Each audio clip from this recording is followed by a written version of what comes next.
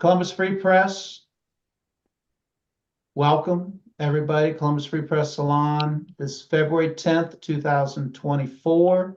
We're attempting to look at a few things. Now, this is a historical discussion in Columbus, Ohio. If you don't know Columbus's history, if you're sort of new to Columbus, their liberation, Black liberation in particular, and that's what we're focusing on tonight, has been a discussion within the community for many years, many years. 1840, you got the Palladium of Liberty newspaper that was out there in 1840, early 1800s, 1840s, speaking about the right for a Black man to self-defend. And so a simple discussion might limit liberation to self-defense, right? Is only liberation the ability to have the capacity to create self-defense?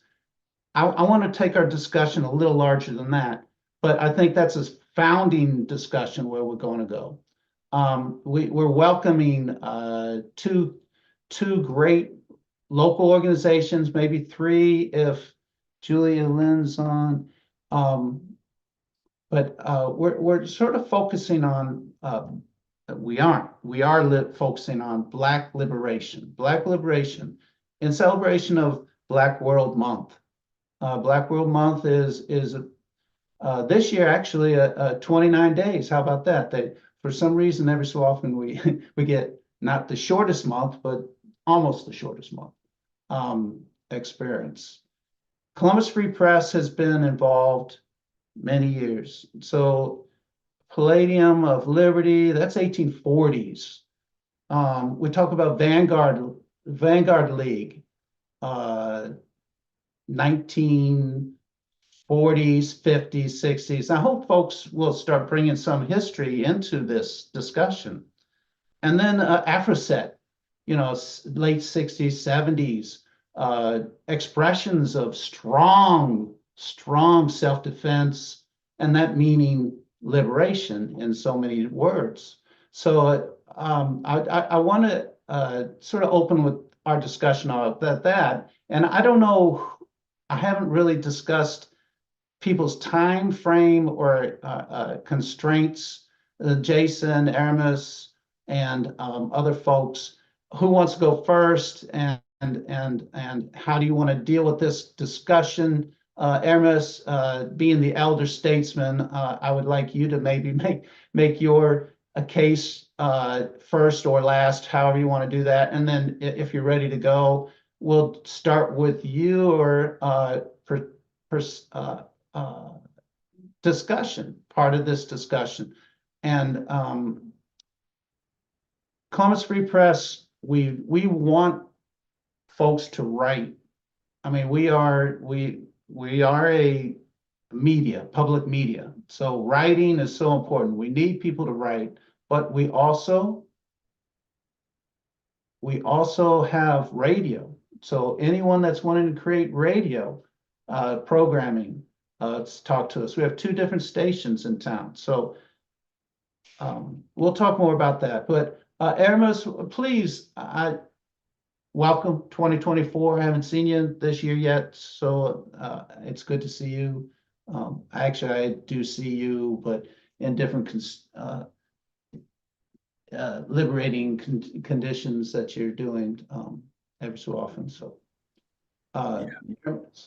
yeah, thank you, Mark, for opening discussion on this Saturday and having us to attend this. I'm Aramis, Malachi-Ture Sundiata, the Executive Director of the People Justice Project based here in Columbus. So the first question I think that comes to mind, or a statement that we oftentimes say in the organization when it pertains to the question of self-determination and the question of armed struggle. Oftentimes we say that the questions often revolves around the West having a monopoly on violence, which we often refer as reactionary violence. which is a completely different than revolutionary justice with violence. We must understand that the colonized, us in the United States and abroad, are kept powerless because of colonial violence. Whether it's the police or soldiers, they are there as colonial force to maintain the colonized people into submission. And ironically, that means that sometimes it's through violence. The colonized can overthrow their submission. Oftentimes, the colonized learn to redirect that type of violence um, back to their colonizers. In other words, we often find resistance is justified. And when it comes to the question of Black power, um, Black power is very simple. I mean, we are engaged in a struggle against colonialism and slavery, and these historical forces inform our demands and our struggle for a complete liberation of our people at our national homeland and also wherever African people are located. When we say we want Black power, it's not just a slogan to be mistaken as Black power, Black Lives Matter, which is essentially, it's integrated power within the colonial forces. We are basically saying we just want Black power, plain and simple, not diverse power, not included power, but Black power, plain and simple. And when we discuss these concepts in the communities, it allows people to come into organization and organize with each other because we're creating a world where we are figuring out um, as a community how to struggle together, how to figure out problems together. That's why it's not hard for African people to have other kinds of people in their organizations or other white people in their organizations, because oftentimes colonialism and the external forces that are in our communities for white people or the colonized workers, they have to come into African organizations to enter back into humanity. Oftentimes, because you see, they remove themselves from humanity.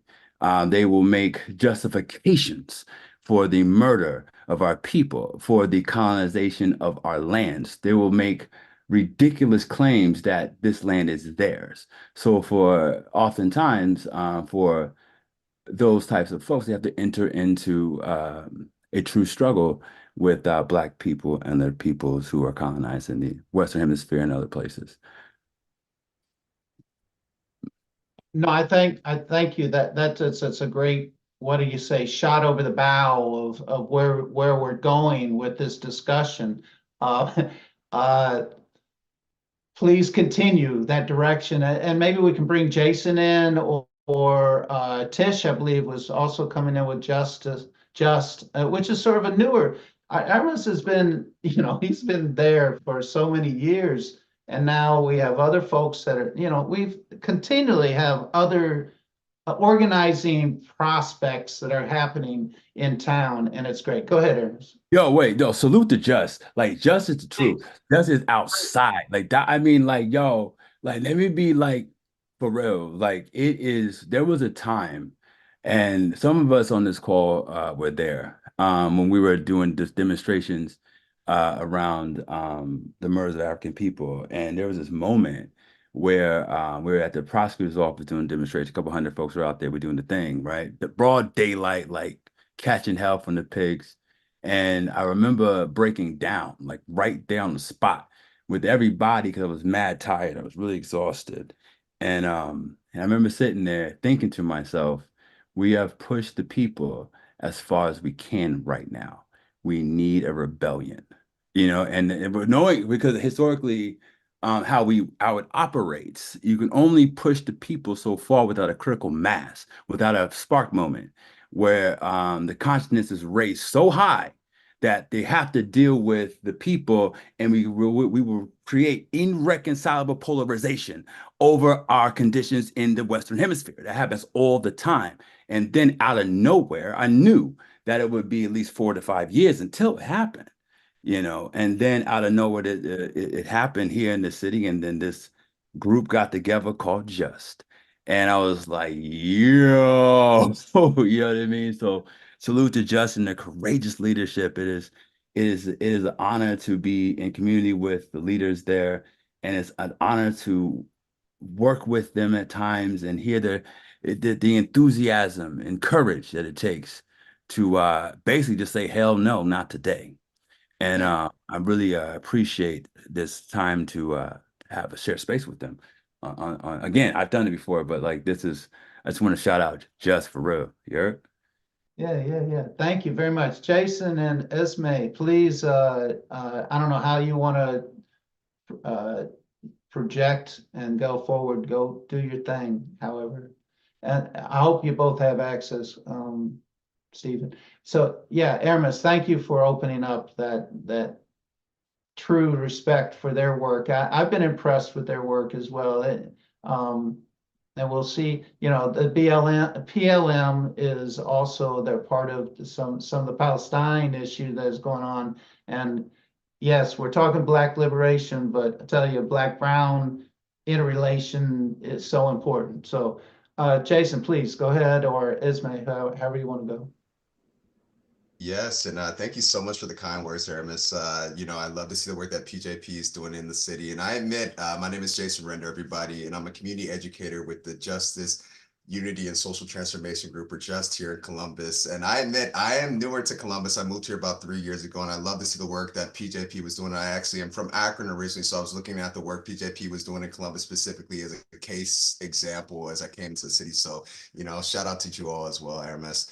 And I'd like to just get us started. I'm very analytical, and I'm just gonna, work through. This is essentially the same processes that my mind went through when Mark had reached out with the topic of Black liberation for this call. I'm so glad to be here with you all today. And I'd like to start with a quote by the revolutionary Malachi-Ture, which states, "When you see people calling themselves revolutionary, always talking about destroying, but never talking about building or creating, they're not revolutionary. They do not understand the first thing about revolution is creating." So this is a land of community building through creation that myself and Just as an organization come to the community with.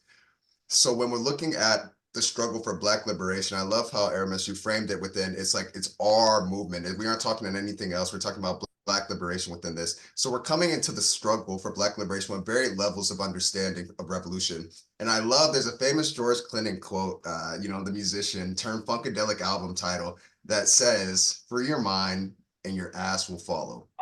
So community building starts with meeting members where they are within their understanding of Black liberation, and then we're getting their ass to follow within action. And it's from that same lens that I look at Black liberation and building that within our communities. So when looking at community building, we're looking at, the masses of people, and it's useless to mobilize the community for revolution without freeing their minds. So we're looking at this stage of liberation through education within Black liberation, essentially. And the systemic inequalities that we see within the Black community are so heinous and detrimental that we have to wake up our sleeping brothers and sisters within the analogy of, we're on the plantation within the analogy. We have to wake up our sleeping brothers and sisters. But then again, if we're waking them up into the night without any context behind, we're losing them and they cannot be mobilized quickly enough. So we're freeing the minds for the asses to follow within this. And we're believing that this is a model of inclusive and intentional liberation movement by building education for freedom.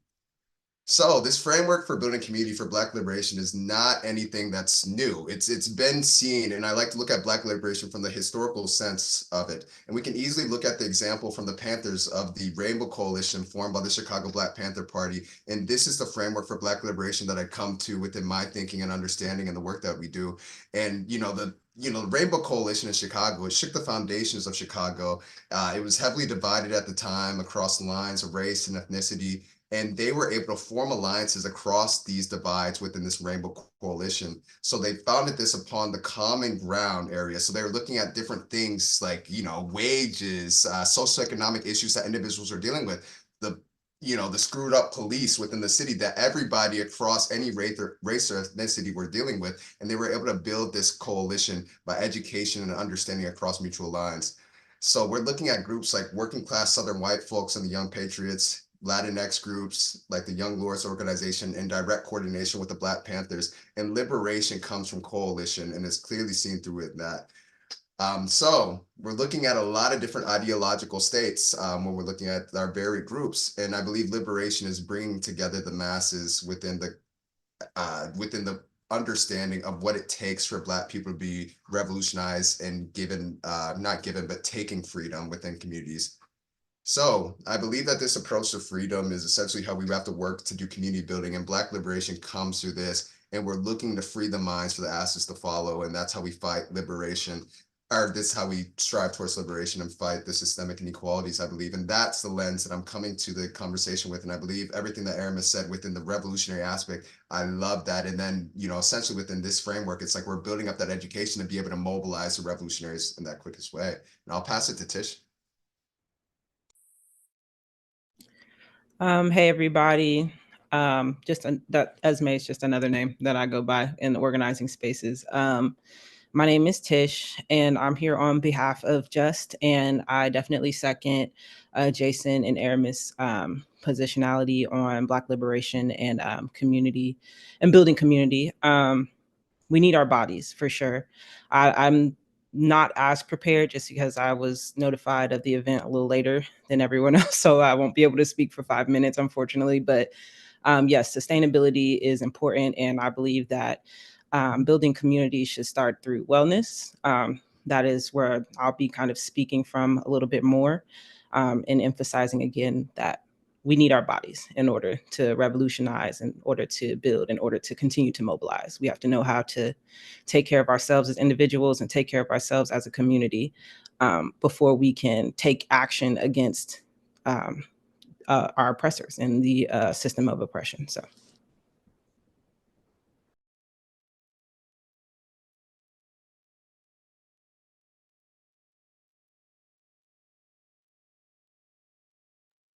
Mark, you're muted. Yeah, I know. Yeah, that's old man's disease. Sorry.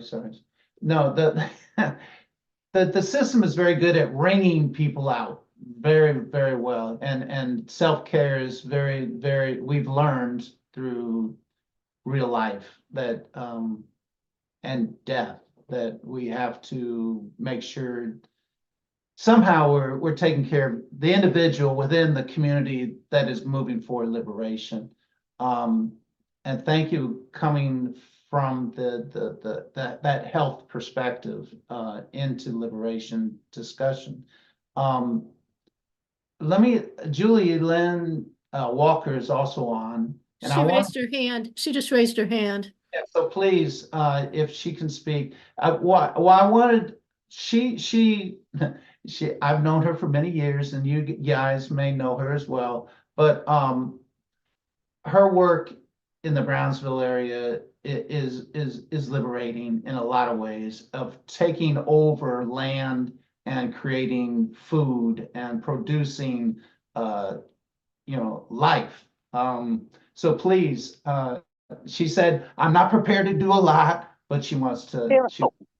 Thank you. That's fine.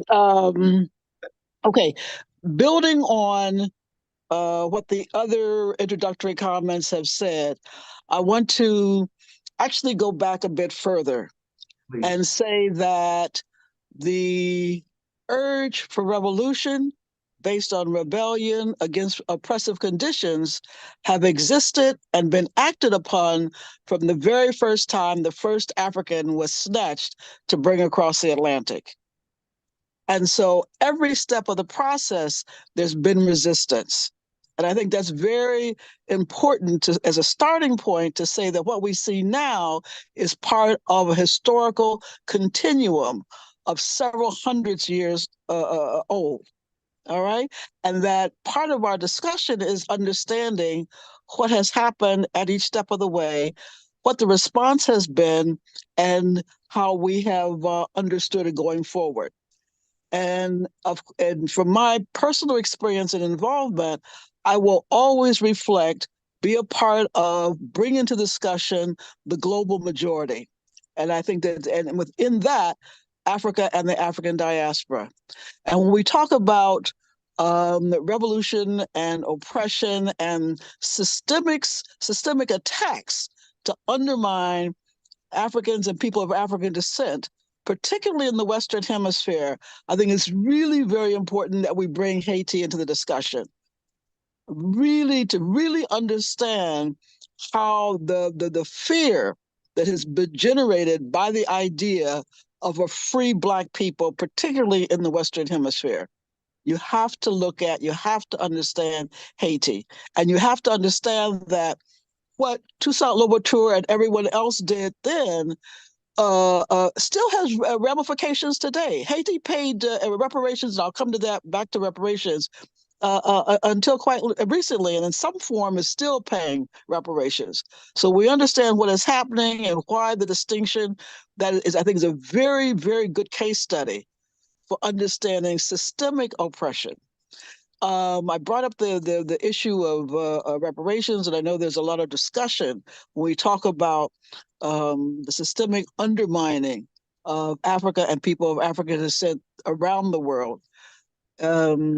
It's it's very instructive to look at the reality of what that has meant. Some people turn that reality into a discussion around reparations, represented by a dollar figure for individual people.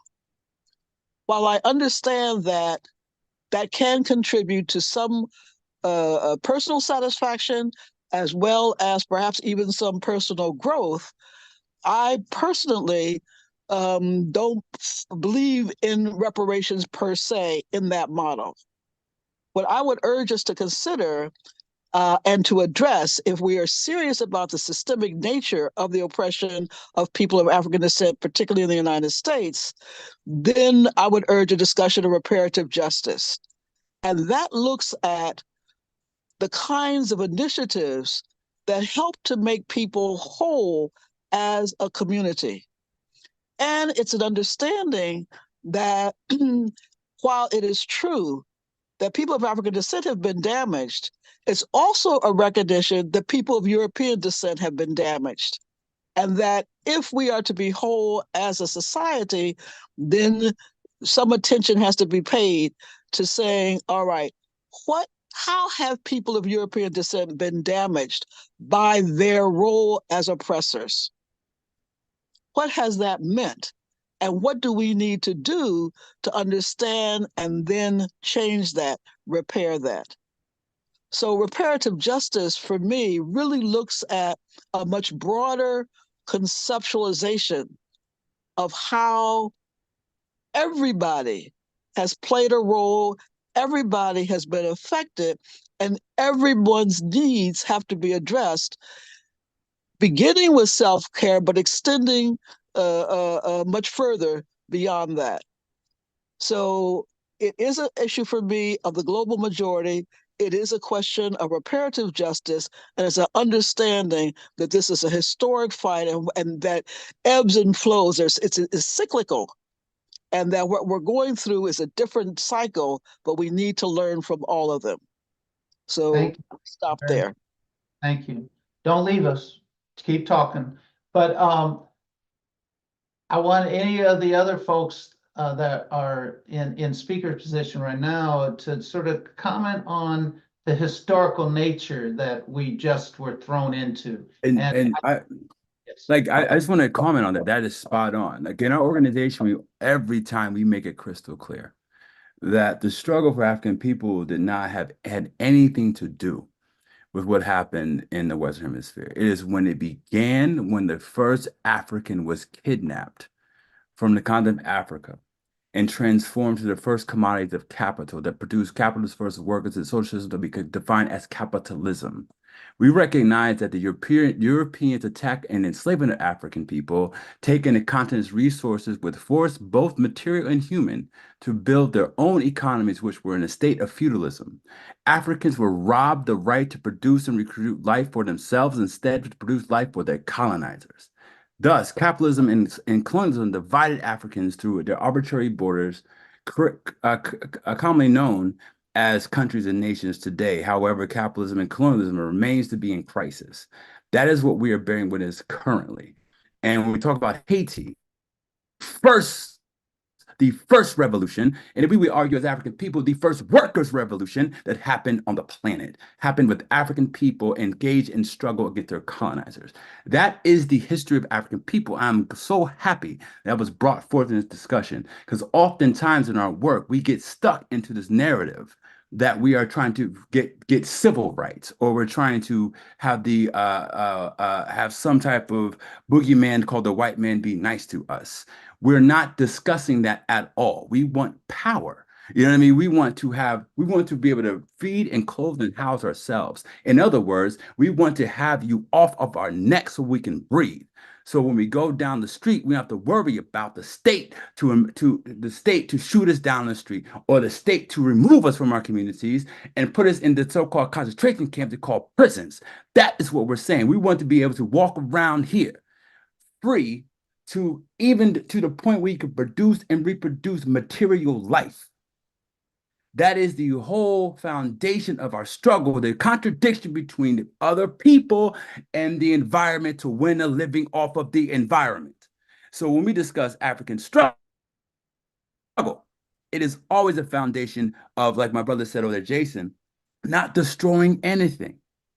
They have this notion that when we talk about power or liberation or whatever, we're going to act out the same type of activities they did over the years, pillage, colonialism, and all that. No one ever said that. There oftentimes we get stuck there, but we must be crystal clear. I'm glad you brought that up, that we have a hard line, that the struggle began once we were kidnapped from Africa. And we're continuing that glorious struggle of the African Revolution. Amanullah, no way to all power to the people. Thank you. Yeah, when she mentioned that the majority world, and when you start thinking about when they start saying third world, no, it's like 2/3 world, or it's an amazing number if you start getting global in the discussion of liberation, Black liberation in general, in specifics. Thank you, Aramis, on that.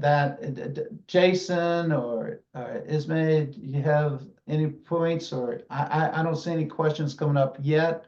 But we do want to have a discussion, a vibrancy of this. One thing about Columbus Free Press is we will speak truth, and if you're scared of truth, don't come to the Free Press. We've been about creating it since 1970, and have joined a lot of our early days, joined the liberation movement that was going on at Ohio State in particular, but in Central Ohio, and then the anti-war stuff as well. So for me, I really appreciate. Oh, there we go. We got some sharing going on here. All right, please.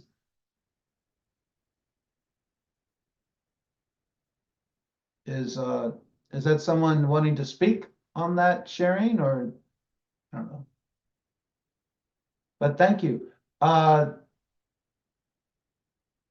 Tish, Ismay, do you have anything about your perspective on sort of the response to, not so much as a response, but there are tendencies to either go totally personal, and I'm not saying this is you, but totally personal versus community. How do we balance the two? I mean, that's been a discussion early in the revolutionary movements, early 1900s, of how do you balance personal and community demands? How do you take care of self, but also take care of community? I don't know if that's a question for you, or if you feel comfortable answering that. I can definitely start off answering the question, but I encourage all other speakers to definitely add in and on their perspectives. But I think it is definitely it's something that needs to be unlearned. It's a type of indoctrination that we are kind of forced into, and that is traditionalism and when we go and vote, we don't vote for the people. We vote as an individual. Like, we vote for our personal interest. So this is a behavior that we have to unlearn. Like, it's not something that is going to happen overnight. A lot of times, like, We go to work, we work for ourselves or we work for our families. And those are like immediate spaces that we care for. So we don't see it as like, again, like this is just a behavior that is developed over time. And like you said, it's been relevant since the 1900s. But again, yeah, we just have to do that work. We have to do that work to feel comfortable with turning to our community and looking to our neighbors to build that community and to sustain ourselves and talk about, okay, what is our actual collective interest? Are we just going to like vote for an idol or someone that actually like how can we be more politically educated? So yeah, I think it is just something that we've been indoctrinated to believe, that we need to be individuals when we vote and when we engage politically, and we have to just operate outside of that. Julialynne, Yeah. Hmm. Well, these are just so cute. Okay. This is bothering me. Hold on just a second. Did it go? It didn't lower. Okay. I really don't like to see that. Hold on just a second. This is, you froze I'll up. get there. Is that better? Yes. Okay. All right. Now, okay, so I started out fairly broad. Now I want to come, really day to day, just in the state. And some of you may know, others not so, that I'm involved in food production. And that means a number of different things, working basically with people on the Near East Side, some community gardens, some backyard. Your sound is hurting a little bit, so please, we want to hear what you're saying. I don't know. Okay. I'm going to stop the video. See, sometimes that helps. Yeah. Okay. Yes, please. All right. Is this better? Let me just continue and then. Thank you. Okay. So I was saying that I'm involved in growing, and that means a number of different things, primarily working with people on the Near East Side and looking at community gardens, individuals, and getting people to understand the connections. And it's very interesting if I do it deliberately, and someone will say, "Oh, what do you do?" or "Tell me about yourself," or one of those, introductory gambits.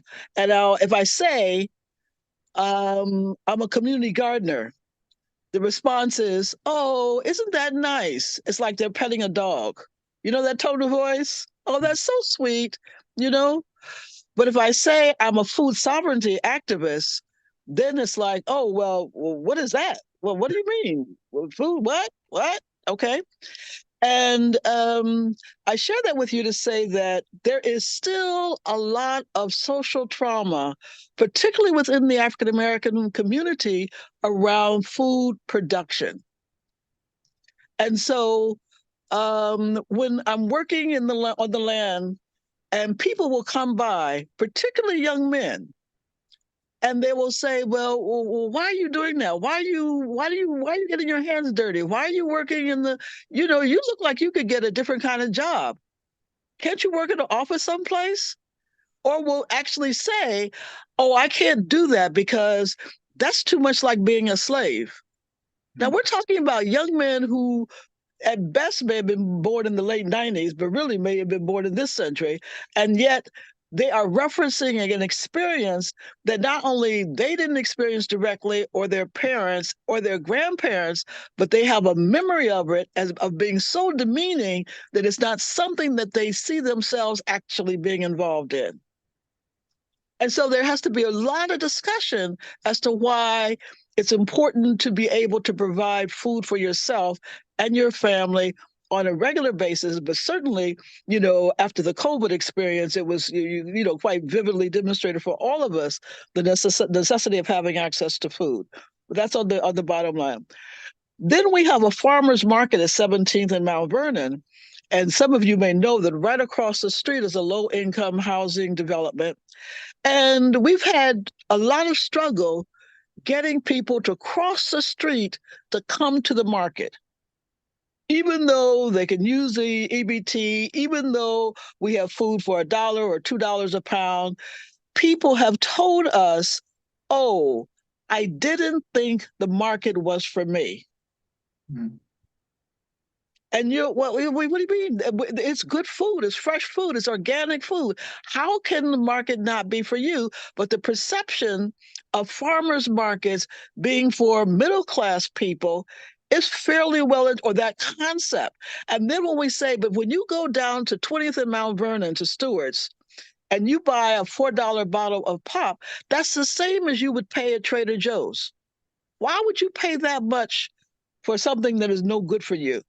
And even though you say, people, don't go to Trader Joe's, but literally you can pay the same amount at some of these corner stores as is charged at the upscale grocery stores.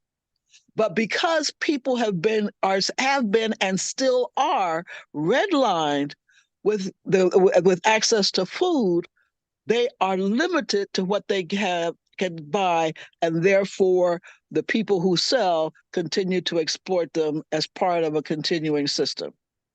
Yeah, I'm amazed with the nomenclature that they use, food deserts, and instead of it's almost like it's an environment that was created outside of humanity.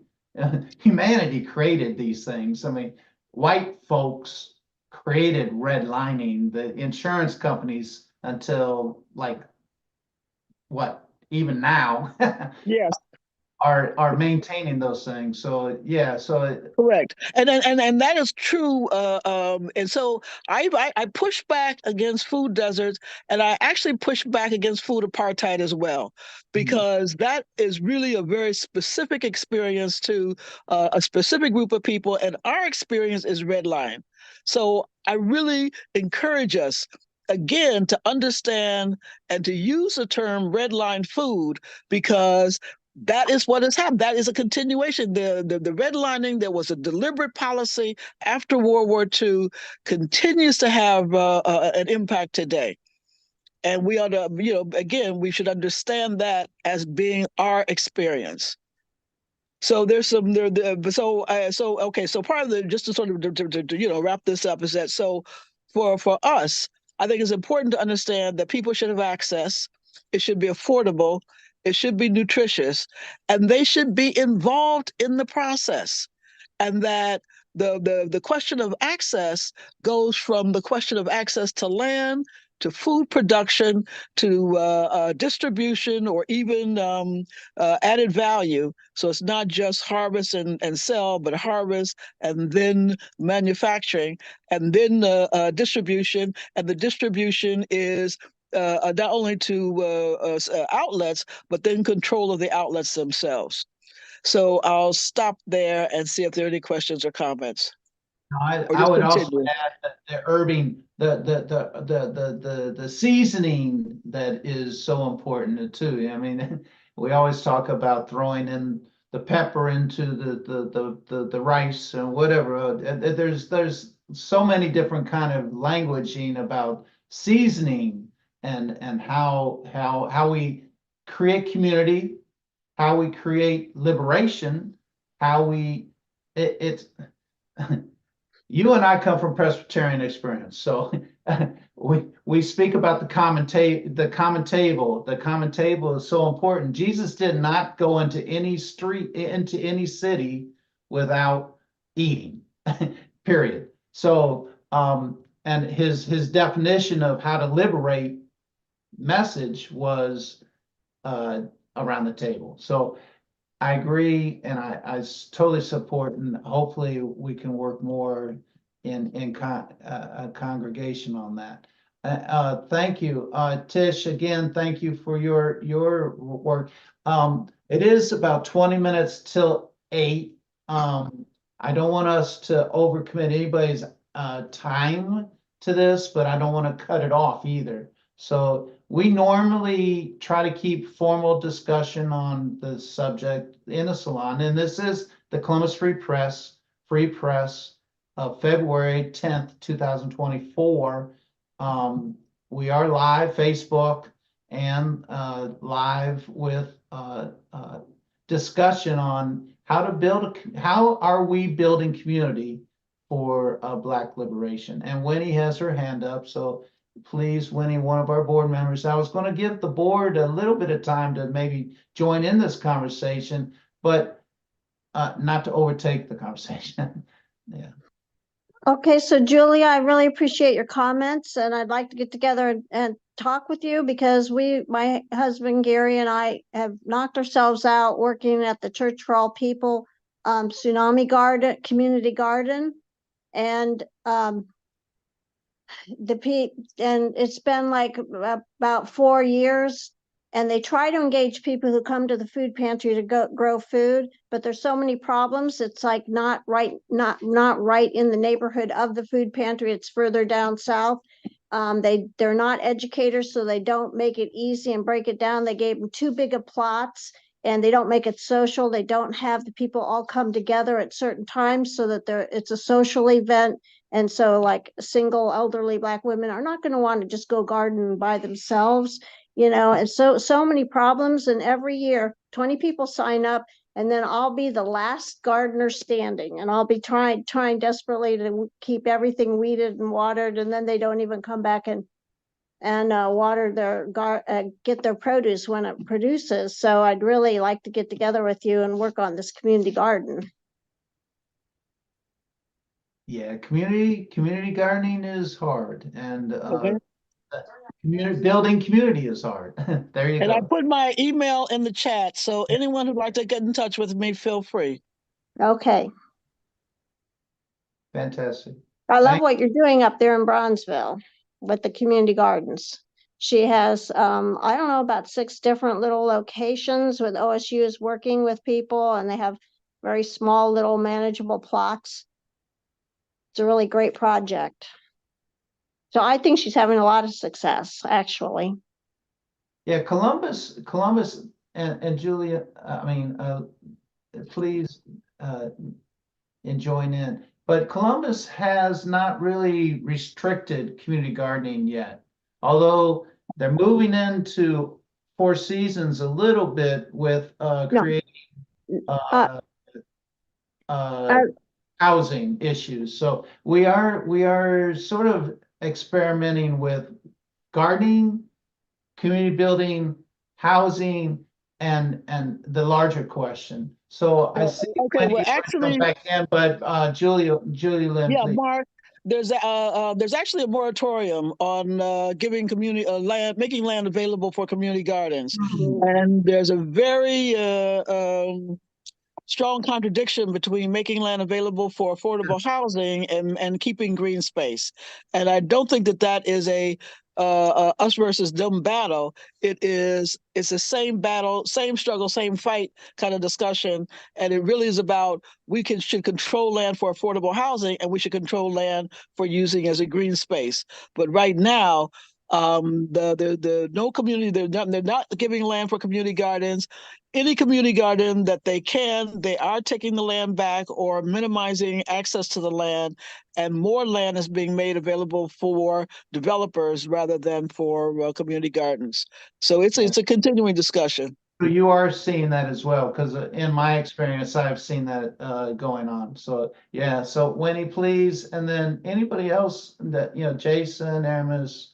Well, the man from OSU who helps manage these community gardens, Tim McDermott, he said that the city was intending to keep the community gardens and develop around them because they thought that was now like something that would make the community more, like something that's on trend and people want to have. But whether, you've heard other things. He told me that this August. Mm-hmm. So we'll just wait and see. Yeah. That's all. Leslie's jumping on. Aramis, I don't know what your time frame is, but I know we're getting close, and I want to hear your treasures before you got to jump off, please. No, I mean, I don't have any treasures. I mean, we are honored to be here, and thank you for asking us to discuss these questions we deal with on a constant basis. Because without these conversations, we can never find solutions. and thus that's why we must struggle together, especially in this current historical development we find ourselves in. The world is on fire. Africa's on fire in resistance from occupied Palestine's in resistance. You see it all over the world. It's a glorious day to be relatively young, to bear witness to these developments from Burkina Faso to Nigeria to Mali to occupied Palestine to Haiti right now is in the streets. Sudan, Senegal are demanding the colonial forces to leave. And it was happening here as well as the United States. So as we engage in the struggle together, we must remember that it is all connected. We are this big in the global phenomena of liberation and power. And sometimes we have to acknowledge that during our fight for freedom and justice. Yeah, amen. Jason, I haven't heard from you for a while, so you've been listening in for a little bit, and I don't know if you wanted to throw in more or not. And Ismay, please, your work, we wanted to honor this month. We wanted to honor your work in what we as Free Press community was sort of responding to Black World Month, is that we want to recognize the local communities that are building the capacity for Black liberation. We're in no way saying that at this point anyone has articulated the message that we need to get to. We're working on it. I know we're trying to build and record as much as we can as a local media. It's and then when Aramis mentions, all those other horrific, as he says, the world is on fire at this point, and Algerian expressions of African liberation back in the 70s, it goes back to when I was teenagers of reading things. We're back to that point of trying to trying to define the next steps, where we're heading as a decolonializing world, because we are in a decolonializing world, and the violence that will result from that. I've always said that since I was real young. I was like, you're talking about disarming or disarranging or rearranging someone's perceived concept of order, right? And it was white man's order. Yeah, we got this country, nation state. Liberation is beyond that. It's like, how do we define ourselves as a region? How do we define ourselves as a people? How do we define ourselves as humanity, humans in 2024 leading to 20 whatever? So I appreciate everybody's contribution to this, not just only discussion, but struggle locally here. Yeah, we have so-called administration that's labor friendly. We have so-called African American led public safety and chiefs of polices, and we have progressive so-called county leadership. But again, that's not liberation. That's not liberation. So how do we, as a community, define our next steps? That's sort of where I want to push this discussion in the next 8 to 12 minutes. I actually wanted to please speak to something that was said in the chat by Stacy. And it is important that we mention this if we're going to talk about Black liberation and community building. The abolishment of the 13th Amendment, which absolutely condones slavery, like up to date. Like that is slavery, mass incarceration, contributes to what slavery is today. And I think like maybe steering the conversation in that direction, or talking about like, what does freedom look like for, like, what does that even look like for us? Does it look like us adopting like that? Does it look like does freedom look like what we're being told freedom is, or is it something that we can define on our own?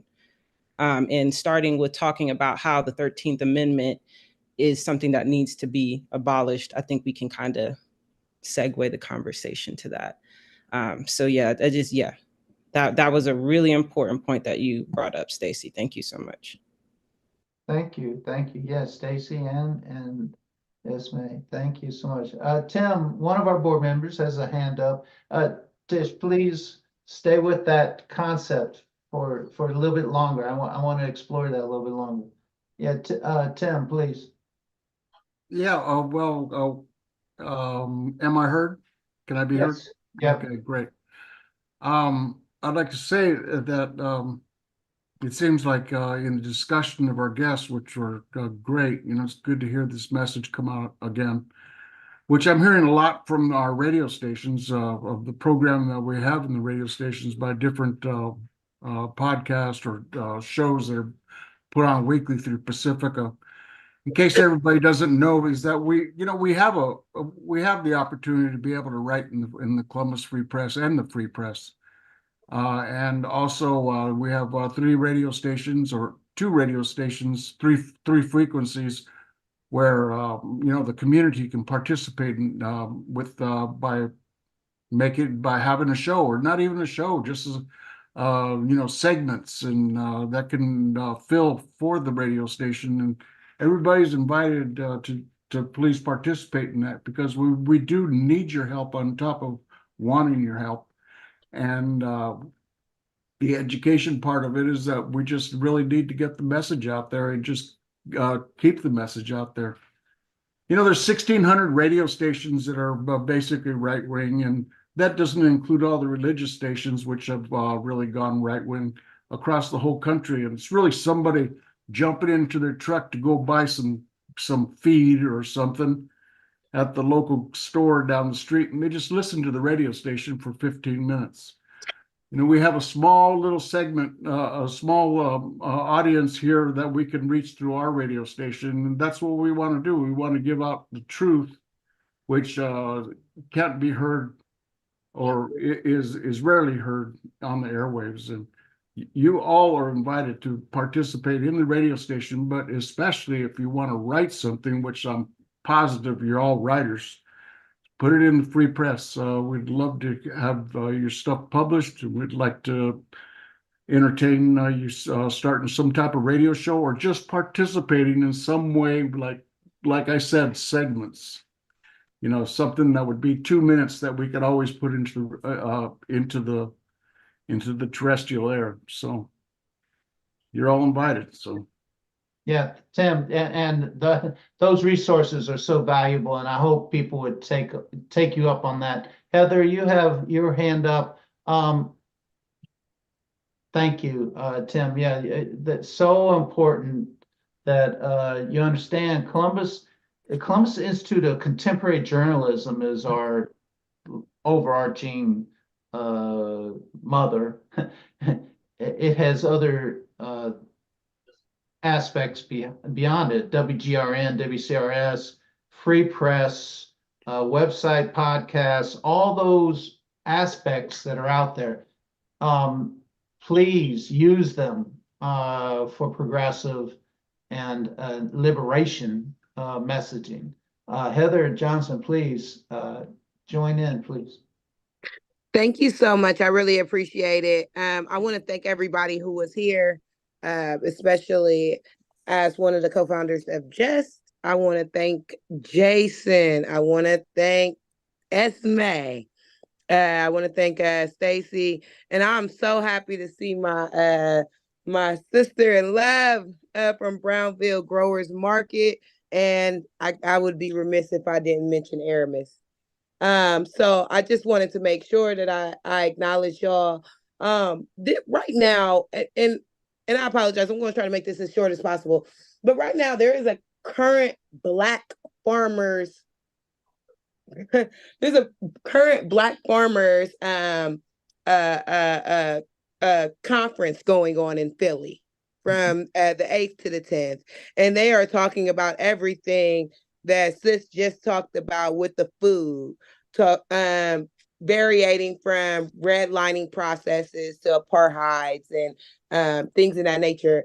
I wanted to also be understood that Black people are giving up so much labor, right? They're giving up so much time that sometimes the convenience of being able to provide contemporary journalism is just not it. I mean, just even Black people being on this call right now, when they could have been taking care of their children, taking care of their mental health, taking care of their if they're going to be able to eat tomorrow, is like strenuous, right? So I want to acknowledge that Black people already do enough and get very little. I do appreciate the free press from being able to offer an opportunity for us to talk together as a group. But in Black History Month, I would like for Black people to be told to do less, right? I would like for us to be told to, to be told what type of support will be given to Black folks, and what are they defining the issues being. Currently, I'm in Baltimore, Maryland, and we have universal basic income. We talk about reparations. Aramis knows that I talk to my brother Alonzo all the time with Eat from Chicago, and his slogan is "Don't compete with us, eat with us." And that's something that I would inspire everyone today to think about.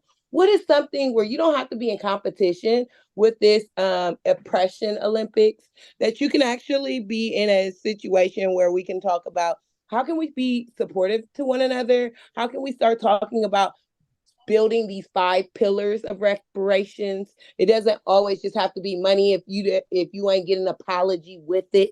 It don't have to be about 40 acres and a mule. It can actually be about what do Black people need right now to thrive instead of just survive. So I just wanted to uplift that. I really do appreciate y'all having us. Great job, Jason. Great job, Esme. Forward forever, Aramis, and always forward. And I just love all of you. Thank you very much. Fantastic. Thank you for the call out that February should be a month off. Actually, yes, I agree that it should be a vacation, not a vacation in that you give up, but that yes, I like that concept that and this year would be 29 days instead of 28. How about that? So PTO, as they say, PTO. You've already paid for it. You might as well take that time off, paid time off. Aramis, please. We're getting close to, we are at 8 now. So I want everybody to sort of, let's push us to the discussion as I asked, and Heather opens up the barn door wide open of where should a community be in helping support or actively engaging in Black liberation in general, freedom, independence. Independence and freedom only happen when you have that capacity, that power built to create self defense, self ability, capacity. So I don't know, Aramis, Tish, Jason. I haven't seen Jason for a while, so I don't know if he's on still or not.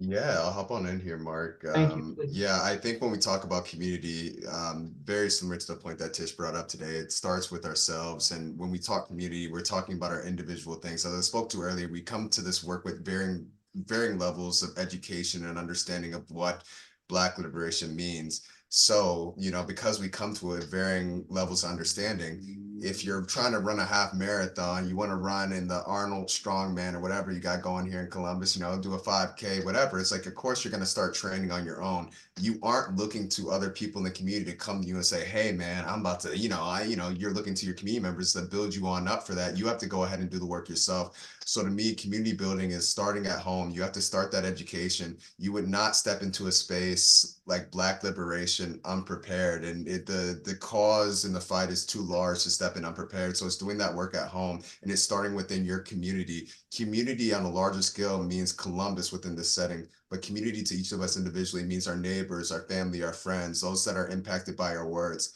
You are going to have their ear, and if you have their ear, then you have to speak truth, and you don't know truth unless you learn truth. And we all have those varying levels of understanding. So we have to get back to that level of learning on our own end, because you do not want to step into the work unprepared. You don't want to not have the message for when somebody comes to you looking for it, because you're in that position to speak truth to power. So it's going back and learning on our ends, and then our minds are freed, and then we're directly going into action. So that's what community looks like to me. And it's doing that work to politically educate ourselves, and to do that back end, to look at the entire African diaspora, because as we've spoken to today, the world is on fire. We're coming up on a general election where we're seeing a lot of divisions within our communities. If we're educated and we're ready, by the time we're getting to these elections, the world is on fire, and it's only gonna burn a little bit more in 2025.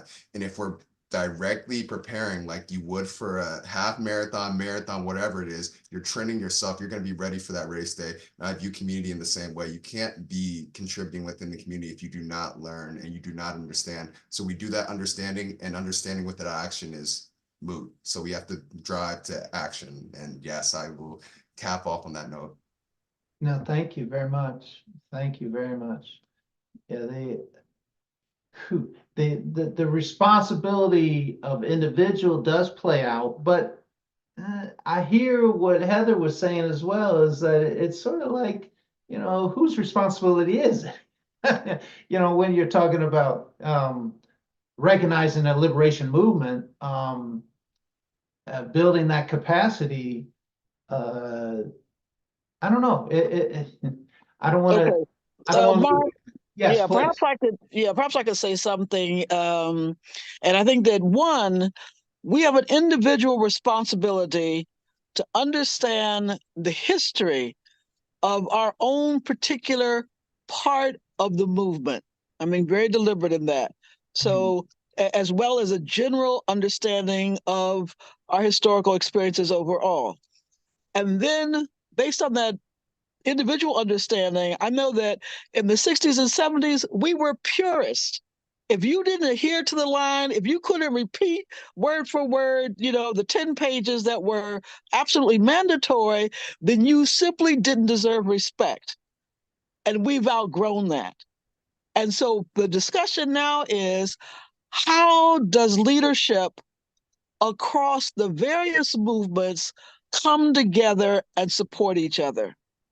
And I may or may not be available to actually provide assistance in your space. But if we can at least acknowledge the similarity of the issues, the people that we're working with, the processes that have to be endured, then we begin to knock down certain silos, understanding that my particular part will still remain, I will give primacy to that. It's a priority. But we really have to break down the silos across, and part of that then goes back to the point that Ismay made earlier, just in terms of self-care, just understanding how we are able to adapt to different issues, speak to different issues, build supportive relationships, whatever. All of that helps us to be able to move forward more successfully. Thank you. Yes, yes. Anyone else? As we're sort of shutting down. Aramis, please, Tish, go ahead. This will be short. Just to add to like what Heather was saying, and she had to hop off. That labor, it's also like it's a type of violence that Black people cannot take a break. And labor looks different across the board. Labor is education in spaces that like should be educating themselves. So like that's another part of like the violence that we have to endure, and how like taking a break is so important, and caring for ourselves and our bodies is so important, and there should be more emphasis on that. But we still don't have control over when we can rest, because in resting we allow like a lot of room for more destruction. So we have to keep going. So it's like, that's why there's a lot of conflictual things about Black World Month or Black History Month. There's a lot of conflicting things about that just being a month where we acknowledge like that history and that type of narrative. Like it's acknowledged, but it's still not, there's still no presented solutions. There's no definitive agenda. Like we're still sitting, like Black liberation spaces, Black radicals, Black activists, like we're still sitting in limbo when it comes to like a plan or some type of objective to like end like the slaughter of us, basically. So I just wanted to add to that, like, yes, it's necessary to take time when you can. And you definitely should take time when you start to sense that part of you is being given that you don't have to give. But it is a race that is like almost never ending, and it is a battle that we just constantly have to fight. So yeah, just adding more adding more perspective to that. Thank you. You and Jason have brought in the non-marathon person that I am. I don't want to run a marathon at all, but I understand what you're talking. It's a multi-generational, for me, that struggle has been multi-generational. I've known people that have gone on, and I'm hoping I'm going to be able to pass on to that struggle that is about what it is to be free. What it is to be free. Every generation has to be about what it means to be free. And this generation coming up, I am very impressed with their capacity, their ability, their analysis of things. And I want to support it as much as I can, because I'm on the way out, dude. 10 years from now, who knows where I'll be? I'll probably be slobbering all over myself, whatever. But I'm just saying, hopefully not. But I want to pass on what institutions are needed for liberation, what capacity building for power. Power is so important. We always want to be defining power as power over, but power with is so freaking liberating that and Aramis, you guys started that one-on-one process. I was introduced to that in 1985. I was for never ever for changed, for experiencing that one-on-one can happen. So there are processes of building community, and that's sort of where I want to push this discussion right now is how do we support each other in that community? Where are we heading? And yeah, Tish, you mentioned we don't know the end. We won't know the end because you can only know what you know, right? We can only know what we know. So we say, yeah, stop the freaking police brutality. Stop it. But that's not the end of the discussion. We need to talk about something else beyond that. We need to, yes, have affordable housing, have appropriate health care as basic rights for people, minimum income, whatever, however we define what it is for our society. Those are part of liberation, but it's not, we need to know the constraints we have in a society and move to where we want to go. So again, thank you so much for all the work you're doing on grounds and for coming and even offering to be part of this tonight.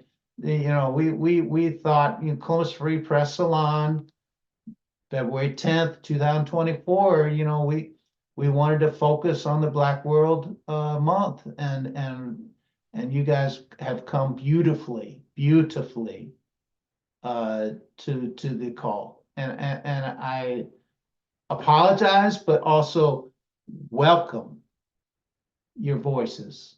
Apologize that we have to listen to it again and again and again, but welcome that voice as well. So please know that we hope you all individually, but also community-wise, multiple community, and for a lot of folks outside the community don't really understand the community is not monolithic either. There's many different ways of approaching liberation, and we have to understand that as well. So I appreciate all y'all's work tonight. Please, if you have any closing words, I'm probably gonna shut this off in about 8, 10, 12 minutes. And then we'll go into free flow if anybody wants to just, we do a little of our own version of what hip hop is. We sort of, free flow a little bit afterwards. So Aramis or Jason, Dish, any of the board members, anybody got last words on where we're at this point? I appreciate everybody's continual work, and this is not recognizing you as that this is the end of your work. This is in the middle and many years to go. I know everybody wants that victory. We got the Super Bowl tomorrow and someone's going to have victory tomorrow, but liberation is not in that term.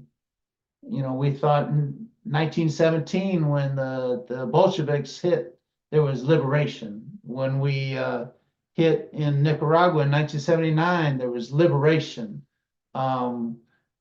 In many different situations, Hades has been mentioned, the rebellion and the revolution. We know that that's not the end story, and we have to continually work at building community and understanding the capacity that it takes, the power struggle has to be understood, and I appreciate everyone's work in that, and know that we have each other to embrace. Please understand that this community, Columbus Institute of Contemporary Journalism, we are going to be a live salon in April. So please understand that everybody's invited. We have Tom Nielsen coming. He's a musician, and we'll be up at the Unitarian Universalist Church, so we can stretch out a little bit and invite and be part of a community build there as well. So that'll be April 13th. Anything else, Suzanne? Do we have last minute? I see Mary Jane's on too. Mary Jane is always our person that can always dip it down into the State House and survive. I don't know how many people have been down to the State House recently inside. That place is toxic, and if you can come out of there, you are good. You're good because it's toxic. Talk about anti-liberation. That place is not where we're. I don't know, but anyways, thank you again, everybody.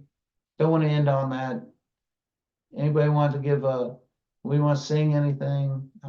Thank you for it. Yes, thank you. Yeah, one final note, and I'm actually capping at this last note. I lied the last time, but rather, yeah, it's like if you're looking for the hope, it's like multiple people have spoken to on this call. It's like liberation is not easy, and as Esme spoke to, it's like it is the grind, and it's like if you're in the field, it's like you're in the muck of it rather, and it's like you all coming into community. I think that building community means linking up with individuals that you see in the field, like all the individuals here that are doing the good work, because there's optimism there. Because, you know, it's like, while it is hard work, it's like you cannot be bogged down within it, because if you can speak to any of the individuals out of the four of us on this conversation, it's like, we've got the optimism. That's why we go ahead and keep on doing it, rather, and making sure that we're doing the self-care that Esme spoke to. It's like all that within the ecosystem, but it's like getting next to those people, it gives you that life, that optimism, that liberation will come, and that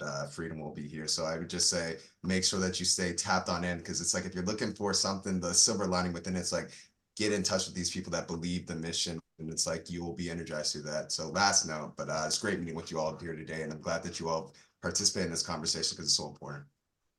Thank you, Jason. That's upbeat. Thank you. That's a good message to end with. I was being dour. My bad. Leslie Combs has just joined us. She has asked for some kind of, and I think PJP and maybe Just are doing some training on how to circulate petitions for, in particular, the gerrymandering, to end gerrymandering, but also other petitions. You guys have done those work, and how have you found that good as building community? Yeah, so please. Bob and I ran, Tracus ran ballot issues here for several years. I mean, he goes way back into mid-90s, and I think I started into the game at the beginning of the 2010s. And it ultimately led to the passage of HB 523 in 2016. And I'm talking about marijuana right now, medical marijuana, which is my specialty. And I think it's a good tool for getting you there, but it is so expensive to put an initiative on the ballot. If you have $20 million, you probably don't have enough money. And that's really what talks when it comes to putting things on the ballot. I think they're good communication tools, but you need to make it real clear to the audience whether it's just a thing to build your mailing list, or whether it's actually something that's going on the ballot. And as I said, ballot initiatives themselves can be pretty dicey. Thanks, Mary Jane. Yeah, Mary Jane is not notoriously, what's the right word? She is famously known for one of our largest contributors to articles for the Free Press. So continue that work, and we hope others will join. We are a newspaper. Don't get us wrong. We are a newspaper, and we are journalists. So we believe in covering what is going on. So thank you. Jason, were you about to jump on that message as well? I don't know. Earlier. No, if you see me shaking my head, I'm just yeah, I'm always that engaged person on here, but nothing else to add. That was great though. Yeah. It's the process of getting things on the ballot are expensive. So we do, guess what? It's cheaper. It's like a $5 a vote versus something worse of getting somebody in there that's going to actually get off their ass and do something. If you really want to think about it, instead of trying to create, that number of amount of money that needs to change and do a resolution or legislative side. So I don't know. Liberation is part of that, but we also I don't want to leave this conversation without understanding the war that is going on in Gaza at this point, and our sisters and brothers are sorrowfully experiencing some of the worst military operations that are going on. We are pushing City Council to do something, and we hope people will show up at City Council the next few weeks. President Hardin is interested in some kind of resolution, but he's getting pushback, I'm sure. We have to support those that are in power. I'm sorry, Shannon, Mr. Shannon, President Shannon Hardin, is what he is. He's a liberal Democrat, but brother does support many things, and we need to support him so that he doesn't feel isolated. We need to, and I want to, my vision is one of these Mondays to encircle the city hall and make that happen in support of our Palestinian sisters and brothers, Arab and everybody else that believes in peace, peace. So that's my motion on liberation, future motions. I've been kicked out of better places. I was kicked out of Lincoln Theater on Dr. King's birthday because I was with the Palestinians, and they said, "You're with them." The police said I was with them. I was like, "Oh, so you're using the word you people in a whole different direction." And I was sort of confused for a second, but as I got outside in the light and understood what was going on, it wasn't even about me. I didn't care. I mean, I could be there, not there, but the people, the Israeli or Jewish folks and the Palestinian folks that were kicked out, Jewish Voices for Peace and the other Palestinians that were kicked out, that it made me feel it felt sick. I don't even want to go back to Lincoln Theater right now, but they are changing leadership, and I'm not going to take a lead. That was police action. That wasn't Lincoln. So I'm trying to work that through my own self. So liberation does challenge people on many different levels. I don't know. It's a challenge. So remember to give much grasp to people, hugs to people. Winnie, please talk. But definitely embrace anyone that is in challenge to speaking that truth that needs to be spoken. Give them that embrace whenever you see them. Please don't ever challenge their method unless you understand their method. If you understand their method and it's wrong, yes, try to counsel. But if you're not in it and you don't know it, embrace it and let it go and see where it goes. The policies that come out of some strange tactics do work. So I'm just saying, policy needs to be our focus, not how it happens. Okay, Winnie, please. You're doing what I did earlier. Yeah, Stephen. Okay, I had to be unmuted by the host. So can you tell us more about what happened at Martin Luther King? Was this the breakfast or the like evening event?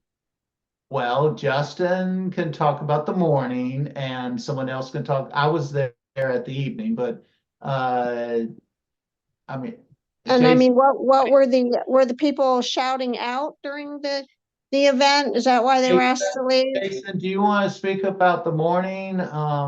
There was a great action actually that was done with Justin, PLM, and other folks in the middle of the breakfast. And then at the evening, there was other things. Jason, do you want to speak about that? I don't know. Oh, sorry, Mark. I actually have to hop on off here, so I will not be able to Yeah, speak yeah. to it. But if anybody else wants to dive in deeper, my contact email is in the chat. Feel free to reach out with anything. Okay. Just at Yeah, thanks for jasonrenderson@gmail.com. your And contribution. yes, man, I appreciate it, Mark, and looking forward to collaborating and being community with you all. Peace. Bye, guys. Yeah, Peace. so Winnie, the morning there were 2 or 3 speakers, Ramon from Just and another person from a Palestinian movement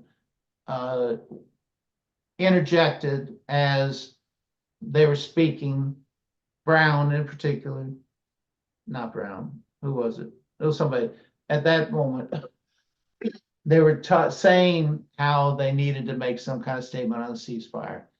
They were escorted out. No one was arrested, but that was done. And so they were put on notice that there were actions about to happen. So the police was fairly strong at the Lincoln Theater in the afternoon. And there was a group of folks that went in. They did pictures out front with different postage. Posters in front before as people were coming in, and then they went in, sat as a group. I came in later. I was with someone that was separate from that group, and we were pushed around 3 different seating areas inside of the theater, and then ultimately asked to leave because, as one of the police officers said, I'm with them. And I was like, with them, what do you mean? What by that? And so he said, well, you need to go. And I didn't do anything. So we went outside, and then I talked to the city attorney and asked for his support. And he said, well, write an incident. So we did an incident through the IG. I don't know if you know the new position in City of Columbus. There's an investigative general, or whatever they call it, general investigative IG office. I forget what it's called actually. IG, and they Inspector General. Inspector General, thank you. And they came about from the 2020 rebellion that happened after George Floyd. And they've hired people, and they're supposed to investigate any allegations that a citizen was disrespected or disrepaired from police action. We know that's sort of what it is, a myth to even claim that, but there you go. There is that process. Bob, you good? I see you, man. I see you. And Suzanne, you didn't break her arm. She's saying she fell, but you didn't break it, right? Okay. Oh, Broke Not my funny. wrist. All right. Very good. Very good. Did that answer you, Winnie? I don't know. What, was there any notice in the dispatch that there was an incident? There wasn't, was there? No, it was There totally, wasn't. it was totally white out. So they Totally. stood in the front of the auditorium with signs at the beginning, but then they sat down and then they were asked to leave. Some of them, not everyone, some of them were asked to leave. And There then was a young woman that she raised up a sign that had a Dr. King quote on it. And she really was confused why she was being asked to move. And so we were told, ultimately, that by the police, we were told that no signs were allowed, but there was no signage that allowed for that understanding. Yeah, no signs are allowed. Dr. King is crying. Yeah, and so as I was walking out, I said, I think Dr. King would have been kicked out of his own birthday party. He would have been. He would have been jailed. But in the morning, they just asked to speak and weren't allowed, or they asked to speak during the event. No, they marched up. Have you been to breakfast before? There's like, No, we boycotted it. We thought that it was like too, it wasn't really in the spirit of serving. I've gone to 4 different kinds of breakfast, but this Yeah. one I've been to many times. It's thousands of people, so it's like hundreds of tables that you're Yeah. walking. They walked up the main aisle up towards the stage, the dais, as I believe Senator Brown was speaking, and were shouting messages of solidarity with Palestine. And Okay. they were asked to leave. They didn't get arrested. No, there was no media. There was no one that spoke about it, not even within our own community. Was there anyone that reported about it? I don't know. Suzanne, did we do an article on that? I don't even know if we did. I don't know.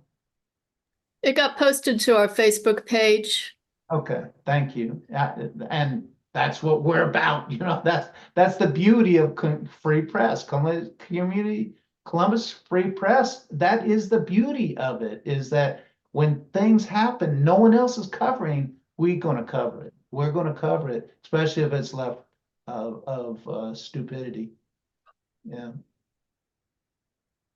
I'm not even saying left of center. I'm saying left of stupidity nowadays. Yeah, because the left is center. Never forget that. We're actually center because we believe in like democracy and they don't. They believe in oligarchy. Yeah. Well, if you really think about it, radical is getting to the root, and the root is central to everything. Yeah, radicals central. Yeah. They're all If you radicals, don't actually. have a root. If you don't have a root, you're not going to survive very long. So, yeah.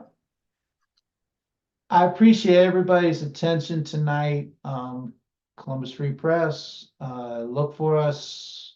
Suzanne, do we have March set? No, we don't have that yet, but April we do. April 13th at the Unitarian Universalist Church. We're going to go 6 to 8 that night. Bring your tambourines. We're going to have people singing along. Whatever you want to do, come on.